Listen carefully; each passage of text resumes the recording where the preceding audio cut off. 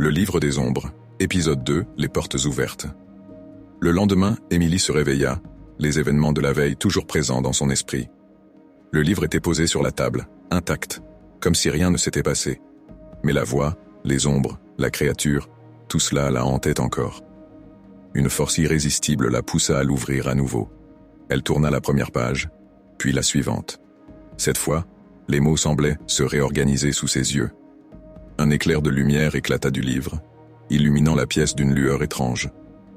Avant qu'elle ne puisse réagir, une silhouette flottante, sombre et indistincte apparut devant elle. Ses yeux, noirs et profonds, la fixaient d'une manière inquiétante.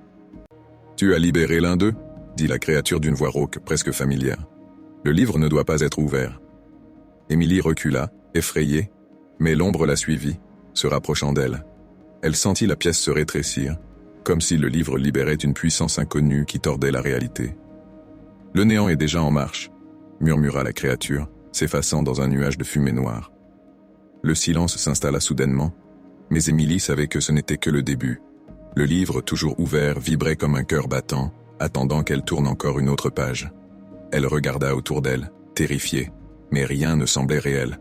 La créature avait disparu, mais son murmure restait ancré dans son esprit. Le néant. Soudain, une nouvelle page se tourna toute seule.